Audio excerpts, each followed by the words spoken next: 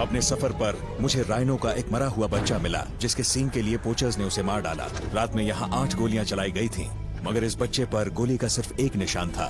2 दिन से हम इसकी माँ की तलाश में हैं और आज सुबह हमें वो पहली बार नजर आई। वेटरनरी हेलीकॉप्टर आ चुका है और इसे डांट लग चुका है। वो गिर चुकी है, बस कुछ और मिनट दे दो उसे।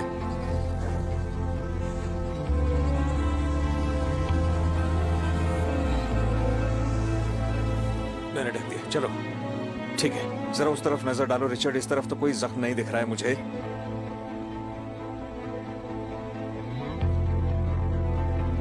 रिचर्ड उस तरफ कोई जख्म नहीं है? नहीं। बहुत बढ़िया, ये जख्मी नहीं है, बस सामने की तरफ कुछ खरोचे हैं। इस राइनो को एक भी गोली नहीं लगी, जो कि बहुत अच्छी खबर है। ये तो अच्छी बात है। अब वेटरनेरियंस को बहुत जल्दी काम करना होगा। ज्यादा से ज्यादा 15 मिनट में इस राइनो को उठकर अपने पैरों पर खड़ा होना होगा। देखिए इसके पैर कांप रहे हैं। इनके पैरों का कांपना इस दवाई का ही एक असर है। हम इसे धकेल कर इसके पेट के बल रख देंगे, जो कि राइनो के लिए बेहतर होता है, ताकि इसके फेफड़ों में लिक्विड ना भर जाए और इसे सांस लेने में दिक्कत ना हो। ओके।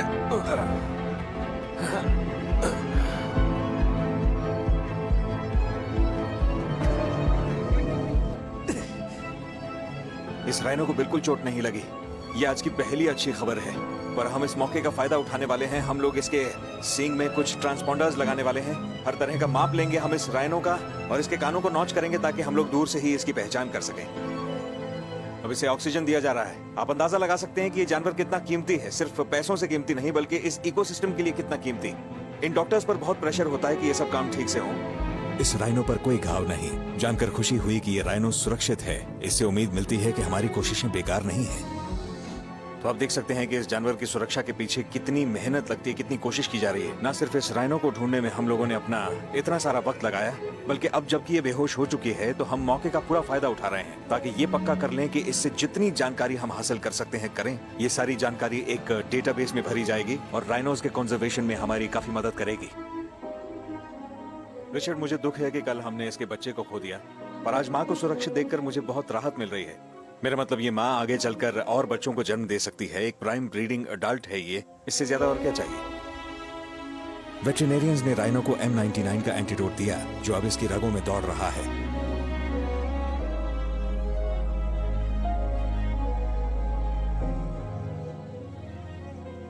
देखिए अब इसके कान पूरी तरह से हिलने लगे हैं और ये जैसे जैसे होश में आती है हम पीछे हटते रहेंगे और गाड़ी में बैठ जाएंगे। हो सकता है इसका मूड बहुत ज्यादा खराब हो, क्योंकि इसे बहुत स्ट्रेस हुआ है। इसके आसपास इंसानों की स्मेल है। इसकी आखिरी याद ये है कि हेलीकॉप्टर इसका पीछा कर रहा था। हमें इसके रास्ते में नहीं आना है। ये कितनी खूबसूरत है। हे, मजा आ गया दोस्त।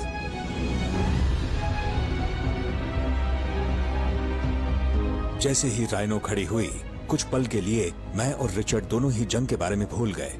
हम वो मौतें और वो कटे हुए चेहरे भूल गए। हम वो राइनोज की लाशें भूल गए और हमने बस उस खुशी का अनुभव किया जो इस लाजवाब जानवर को उठते देख हमने महसूस की। वेटरनेरियंस ने इस राइनो के सींग में माइक्रोचिप लगा दिया है, ताकि भविष्य में अगर कोई इसके सींग को काटे तो इसकी पहचान की जा सके। राइनो की ये जंग खूंखार है। एक तरफ वो दरिंदे हैं जो चंद पैसों के लिए इन जानवरों की जान ले रहे हैं, वहीं कुछ लोग हैं जो अपनी जान दांव पर लगाकर राइनोज को बचा रहे हैं।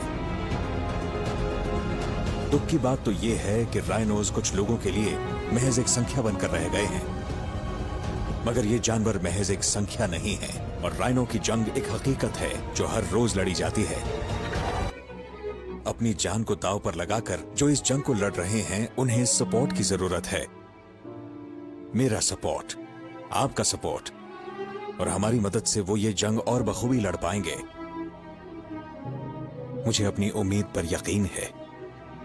ऐसे इलाके में साइकिल सबसे सस्ती और प्रभावी वाहन साबित हो सकती है। उबड़ खाबड़ रास्ते पर भी चल पाने वाली ये साइकिल्स इन गैंग वालों को मांस ले जाने या ट्रैप्स लाने में मदद करती हैं। हालांकि ये अक्सर अंधेरे में ही सफर करते हैं, पर कभी कभी ये हिम्मत दिखाकर दिन में भी चले आते हैं। ये मुझे कह रहे हैं कि इन्हें यहाँ पर काफी कुछ मिला है। मैं भी एक नजर इस कैंप को देखना चाहूंगा, ताकि कोई सुराग छूट ना जाए।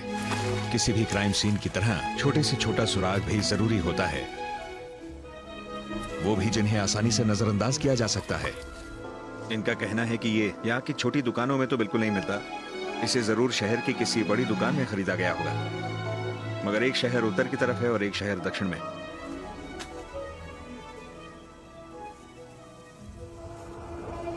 ये एक रीड बक रैम है।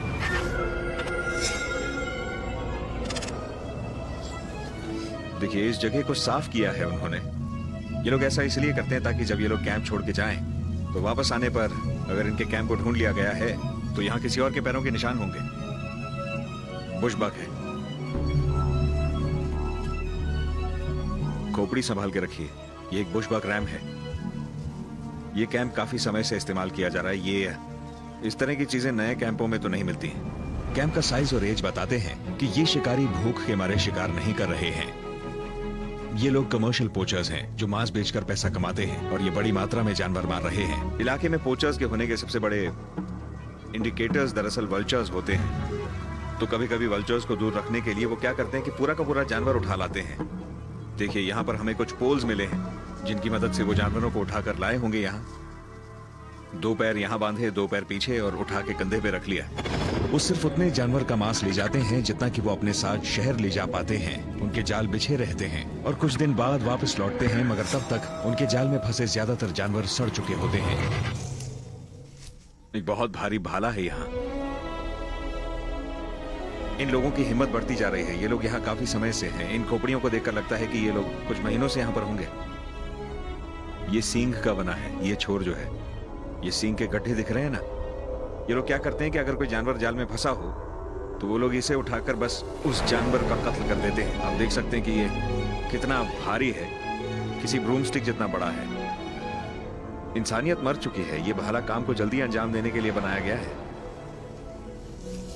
ये अपना पानी का डब्बा भी छोड़ गए हैं। अब शहर के लोगों को शायद ये कटा फटा लगे, मगर ऐसे सूखे बंजर इलाके में ये किसी खजाने से कम नहीं है। पैसा कम नहीं है इन लोगों के पास। शराब की बोतलें, सोडा, ये लोग पूरी शॉपिंग करके यहाँ पर पहुंचते हैं। कुछ ज्यादा ही हिम्मत बढ़ गई है इनकी। और ये सब देखकर लगता है कि वो लौट कर भी आएंगे, और जब वो लौटेंगे तो हम उन लोगों को सरप्राइज कर देंगे।